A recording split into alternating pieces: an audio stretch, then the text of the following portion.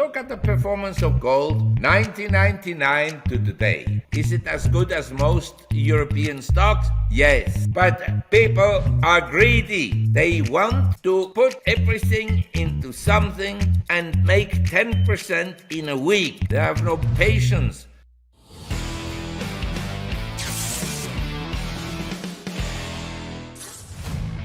Please join us for our next live stream Sunday, October 16th at 9 p.m. Eastern. We'll go over current events, past guests, and of course, gold and silver news. Once again, our next live stream will be Sunday, October 16th, 9 p.m. Eastern. See you then. Hello again, everyone, and welcome to another edition of Silver Bullion Television, SBTV. I'm your host, Patrick Vieira. Dr. Marc Faber joins us today. At the young age of 24, Dr. Faber obtained his PhD in economics, magna cum laude, at the University of Zurich. And from 1978 to February of 1990, he was the managing director of Drexel Burnham Lambert Limited over in Hong Kong. And he has remained in Asia ever since. Now, in June of 1990, he set up his own business, publishing a widely read monthly investment newsletter, the Gloom, Boom, and Doom Report, which highlights unusual investment opportunities. He's also the author of several books, including Tomorrow's Gold, Asia's Age of Discovery, which was for several weeks on Amazon's bestseller list and has translated into Japanese, Korean, Thai, and German. And we're delighted to have Dr. Marc Faber join us once again today. It's time to saddle up and silver up for Dr. Faber. Dr. Faber, welcome back to SBTV. How are you doing? I'm fine, thank you. And I hope you and your viewers as well. We're doing fine. We're all hanging in there. Thanks for coming back on once again. I understand in your neck of the woods, you're having a bit of a storm going on. Well, we have had a lot of rain in Thailand lately from a typhoon that came over Vietnam, over the Vietnamese coast. And it's been raining very heavily. And now Chiang Mai, the whole city, is the second largest city in Thailand, is underwater, including our property because I'm next to the river. But the houses are not yet underwater, but if the water rises another 10 centimeters, then they'll be underwater. Okay, let's all hope for the best. So let's be optimistic. Yes, absolutely optimistic. Dr. Faber, I want to start with Europe. Now, a couple weeks back ago, we saw the Bank of England pivot and stop the current tightening cycle and moved into buying government bonds or gilts. Now, this due to underfunded pensions, we were told, and rising bond yields due to inflation. So, Dr. Faber, although you are in Asia, what are you seeing or hearing as far as inflation over in Europe? Well, if you look at the incompetence of European governments and at the even greater incompetence of the ECB, because the ECB has had negative interest rates. In other words, negative interest rates are a form of expropriation. And now, courageously, when inflation is running at between 9 and 12% in Europe, courageously they increased interest rates from negative 75 basis points to 0. So, I mean, for me, as an observer of central banks who grew up in the 50s and 60s, and we had hard money regimes in Europe, especially in Switzerland and Germany, to see an ECB sitting there with 9% inflation and having 0% interest rate is a complete incompetence. And it's not a new incompetence. It's an incompetence that's been in place for the last 10 years or more. It's not a central bank. It's a political institution to keep together the EU, because if you look at what happened with Greece, and now they're buying Italian paper, it's all essentially to bail out countries. I'd hate to look at the balance sheet of the ECB. Has to be one of the worst credits in the world. Hey, Dr. Faber, do you think there are rumblings going on within Europe? Perhaps some of the countries would like to go back to having their own sovereign currency. I think everybody would love to go back to having their own nationalities and giving up on the EU, because the EU bureaucrats are the worst. If you're incompetent, let's say you're in a leading minister position in a country, the way to get rid of you is to send you to the EU in Brussels.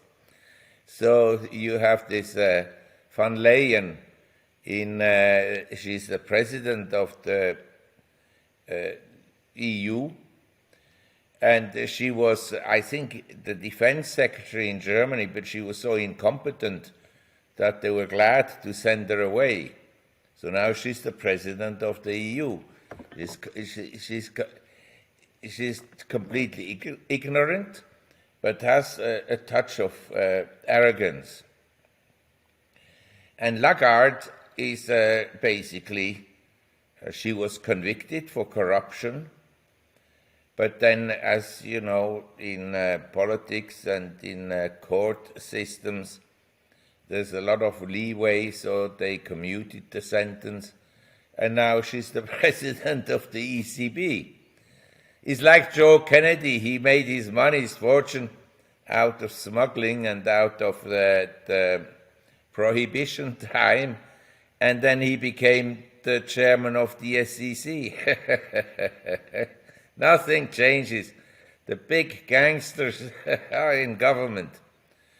I think the mafia has actually won, because the government fought the mafia, and the mafia's influence has diminished, but the government has become the mafia.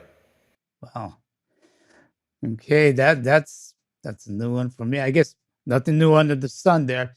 Uh, Dr. Faber, how does the European Central Bank, which sets monetary policy for some 19 nations, using the euro, take on battling inflation with the consideration that Europe is very unique and that the GDP can be quite different between so much of the countries? Well, but they cannot deny that the inflation is very high at the present time. In fact, in many European countries, the rate of inflation is now higher than it's ever been in history, and wages are not going up at the same rate. So, in other words, the purchasing power of people is diminishing, and with it, the standards of living. So, all I'm saying is that the ECB is not following a monetary policy that makes sense. In fact, also in the US, if you look at the Fed fund rate, it is around 3% at the present time. And depending on the household and the conditions of each household, their rate of inflation would be between 7, 8% to maybe 15%. The Fed fund rate is still very negative, inflation adjusted or in real terms. So all I'm saying is, if you have an ECB, and even worse is actually the Bank of Japan, that have inflationary pressures, but they keep artificially interest rates low, the currency will collapse, okay? And this has also happened. Okay. Dr. Faber, many people are predicting a harder than normal winter in Europe coming on.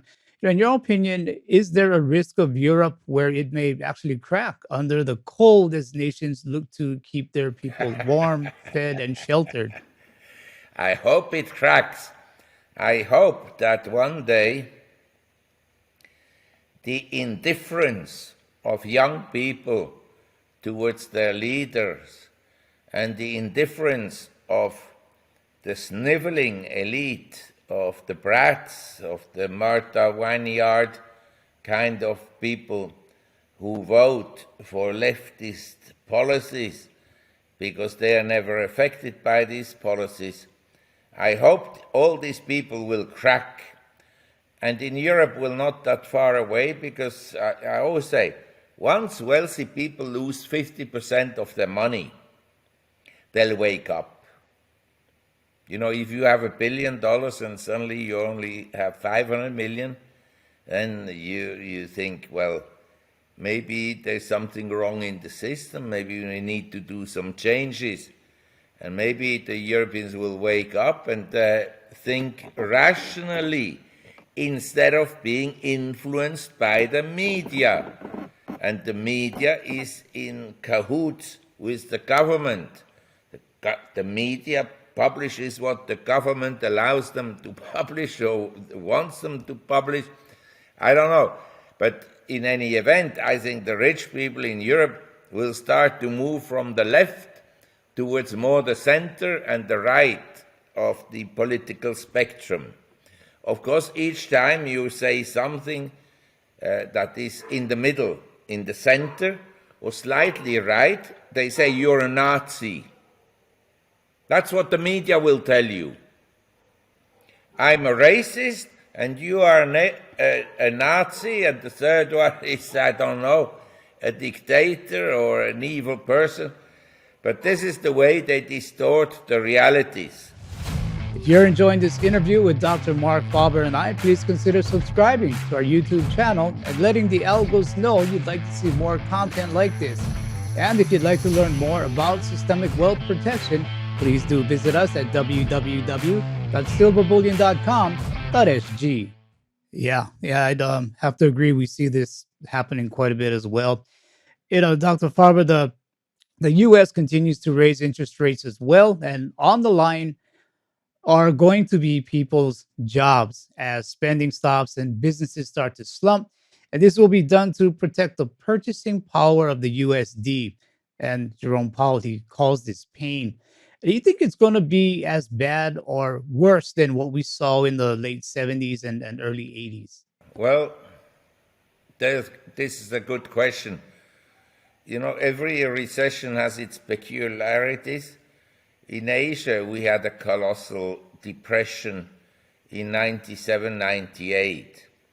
But the duration was short. It didn't last very long. And then gradually a recovery came about, and people tightened their belts, they deleveraged, and so forth. So it was economically over relatively soon. Financially not. I mean, many stock markets didn't recover for a long time, but eventually they did. This time around, my concern is that the governments are so bad that they will actually prevent a significant recovery from taking place. You understand, you can do a lot with fiscal measures and monetary measures, but the most important, and I think to some extent people judge Mr. Trump negatively when he did one thing right, only one. He's a complete failure as an individual, as a complete failure as a businessman, he's a complete failure as a politician.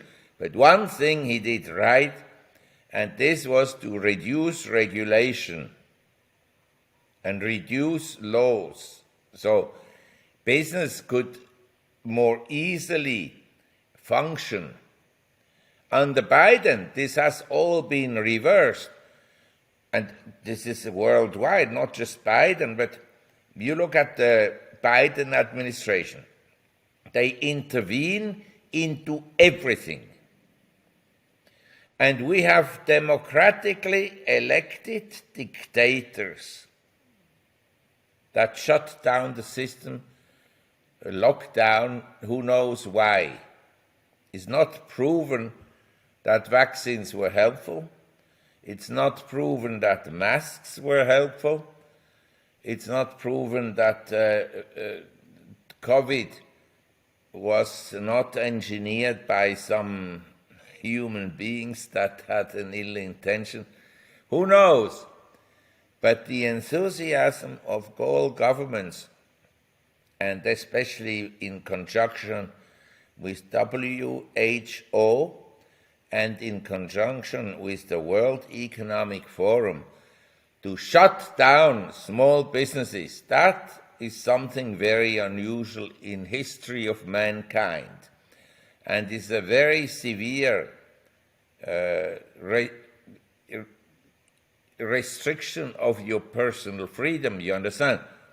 I wouldn't argue so much against it if freedom has been preserved.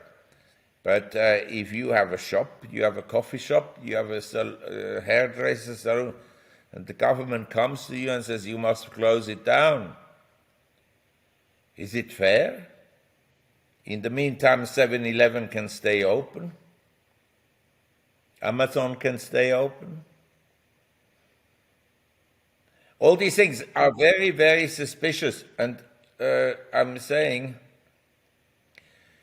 when I look at the conditions in the money market, in financial markets in general, and in the economy, I think that at the present time, precious metals actually are very inexpensive compared to what can still happen in terms of monetary policy and of fiscal policies. I mean, in England,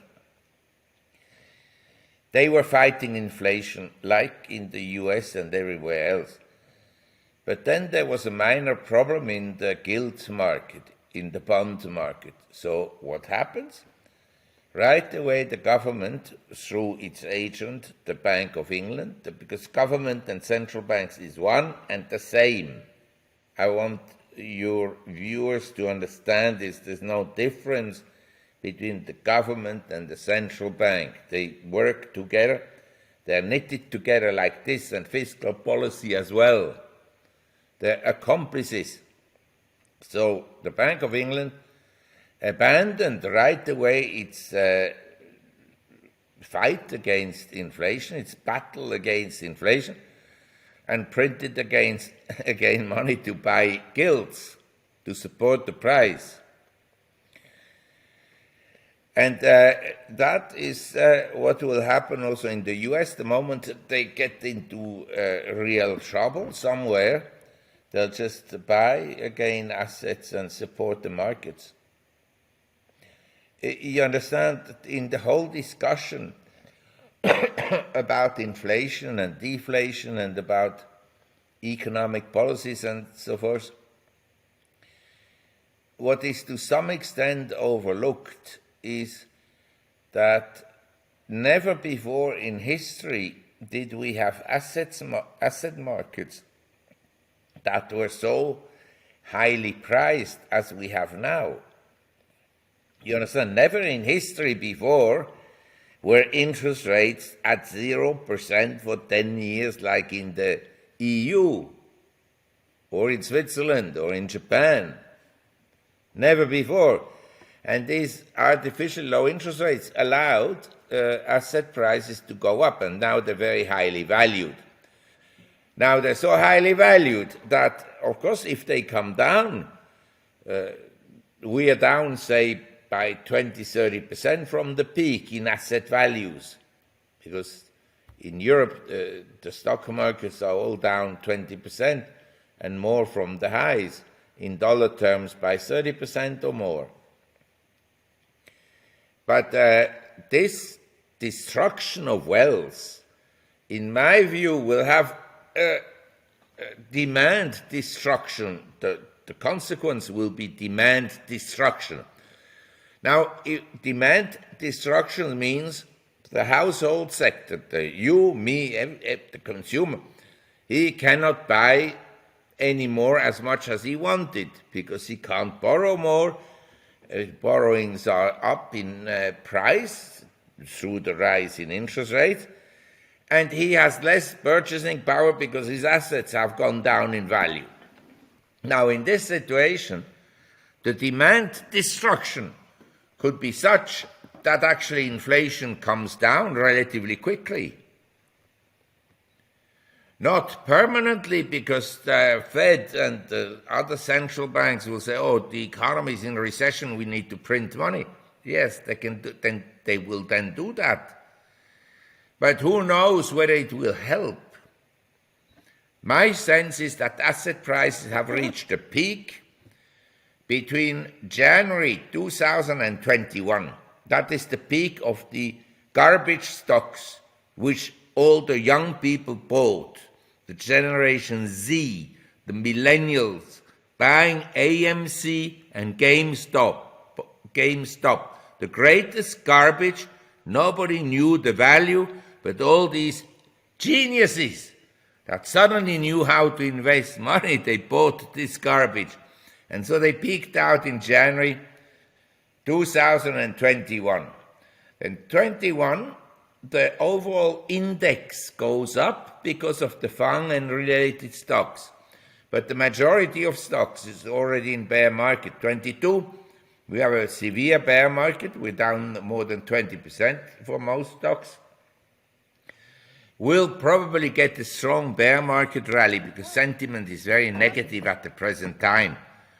And the central banks are worried about the financial system and the rich people who control all this. You understand? They're worried about their money that is in some cases now down close to 50%. So they want to print money again. The fund managers tell the Fed, oh, you have to ease. The money managers are the one who drive the money printing because they make their money out of rising asset prices. And so I think the environment is actually quite favorable for precious metals. Okay. Yeah, we'll touch on that in just a bit. But Dr. Faber, with all that you've been saying, I mean, I gotta ask, is the West destroying itself? Yes, no question about this. In my opinion, different people have different opinions, but I grew up at a time when it was said that an important component of a democracy is the free expression of opinions, that you can say what you think and that nobody will arrest you for that. I begin to question that view, but anyway, I'm saying what I think. I think that the US wanted to weaken Germany, and they wanted to prevent Germany and Europe to become kind of close to Russia. This is my view. And that the NATO, which is run by the US, then created an environment where the war was inevitable in Ukraine. Because if you think logically, what is the disadvantage of Europe to say, oh, Ukraine, we want it to be a neutral country. We don't want it to join NATO. Should stay neutral, then we have peace with Russia and no trouble. But no, they pushed the envelope continuously until the Russians under Putin lost their patience. And what is the price for the US? They actually win. Europe has been weakened significantly. And the US, relatively speaking, they haven't endured any costs. The dollar is strong. It will change one day. Once the European elites have lost 50% of the money, I guarantee you there'll be a shift in policy. It's like, with the vaccines. Countries that have some brains, they've lifted all the restrictions on vaccine passports and checks and so forth. And the other ones who still want to, I don't know whether they're afraid to admit that they were wrong to impose all these restrictions, they still continue. But the ones that have lifted the restrictions, economically, they do much better than the others. That's true there. Yeah, Dr. Faber, you mentioned how, once the rich lose 50%, they're going to demand some kind of change. They're going to wake up a bit more. You think part of this change may be where we may actually see gold being monetized again, maybe backing some type of new currency that'll come in? the possible, but as I said, I think it will happen, but obviously at a higher gold price than now. And as I said and repeated for the last 20 years, people should own some gold. There are other things that go up more than gold, like AMC between 2018 and 2021, but then they also went down more than gold. If you look at the performance of gold, 1999 to today was at less than 300, we're at 1600. Is it a disaster? No. Is it as good as Amazon? No. Is it as good as Apple? No. Is it as good as most European stocks? Yes. It's as simple as that. But people are greedy. They want to put everything into something and make 10% in a week. This is the frame of mind of people. They have no patience. And I have lots of subscribers. I get emails every day from people. Oh, I lost so much money on this and I lost so much money on that. I tell them, well, you didn't follow my advice to diversify and only have, say, 25% of your money in stocks and 25% in precious metals and so on. Nobody does that. They all, when they see something moving and when they read it on Reddit, they all need to be involved in it. Most people, a few people, this many people have made money in cryptos. This many, up to the ceiling, have lost money in cryptos. It's an insider market. And if people knew who is behind, they would never touch it. Okay. Any idea who's behind it? Gotta ask you that now. You look at the people who founded the Federal Reserve. There were families involved. Some of these families are involved in cryptos. Dr. Faber, I want to ask you something because we get sort of the same questions as well with people who are buying gold. They see everything else going up, the equities, other asset classes going up. Yeah, but please, I have to correct your statement. Okay. Which stocks have gone up in 2022? The Turkish stock market is up. But how many of your clients have bought Turkish stocks? They are all down. Your clients, I guarantee you, ask them to show us their portfolios. I guarantee you they're all down 50% because they were in meme stocks or in gold shares, but not the traditional good ones, the safe ones, but in speculative ones. And by the way, ask your clients to take a chart of gold and then compare it, convert the price of gold into euros. It's a straight upward line with minor corrections. Take the price of gold and compare it to the Argentine peso, Brazilian cruzeiro, or whatnot. It's all favorable. But people are so greedy, that's what I'm trying to explain to you. They want 10% in a week. And if the gold price corrects by 20% after it's gone up, it was in December 2015 at $1,000. It's at $1,600. Is it so bad? For the greedy people, it's very bad. For the greedy people, it's a disaster because they expect 2015 to today to make 200%. But for Marc Faber, I wished every investment in my life would have been as good as gold between 1099 and today, the last 20 years. I wished.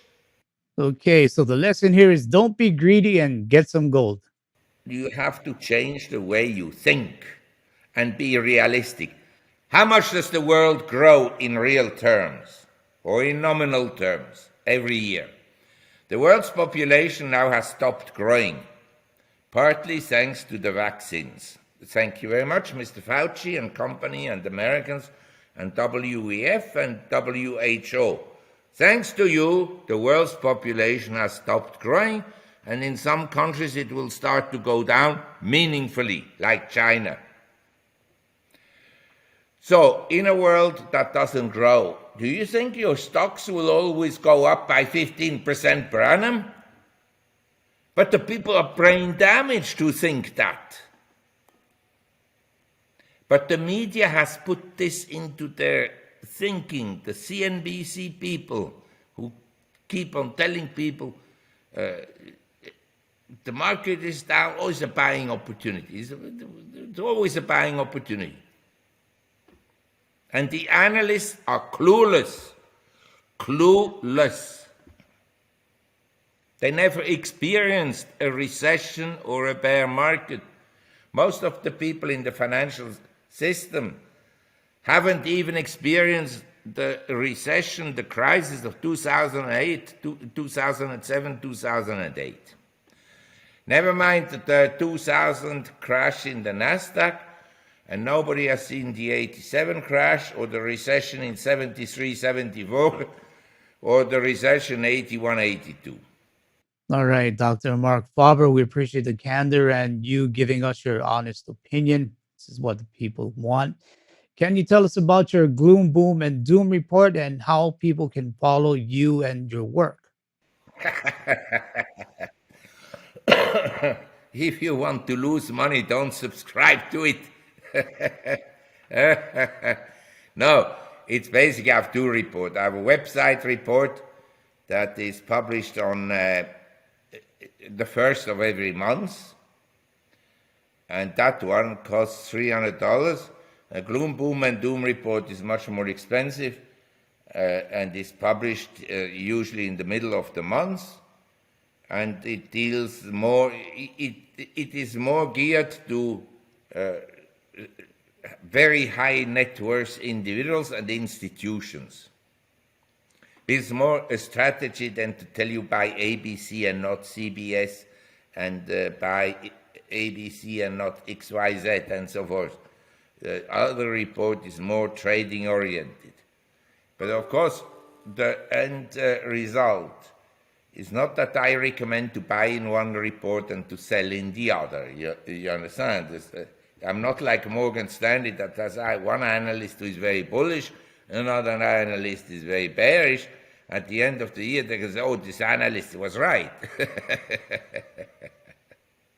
All right, Dr. Marc Faber, we appreciate the time. I hope we can do this again soon, and let's hope things there get a bit better as far as the weather is concerned.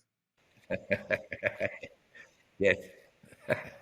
I hope we can do it again, unless the house floats away in the flood. Okay, bye-bye.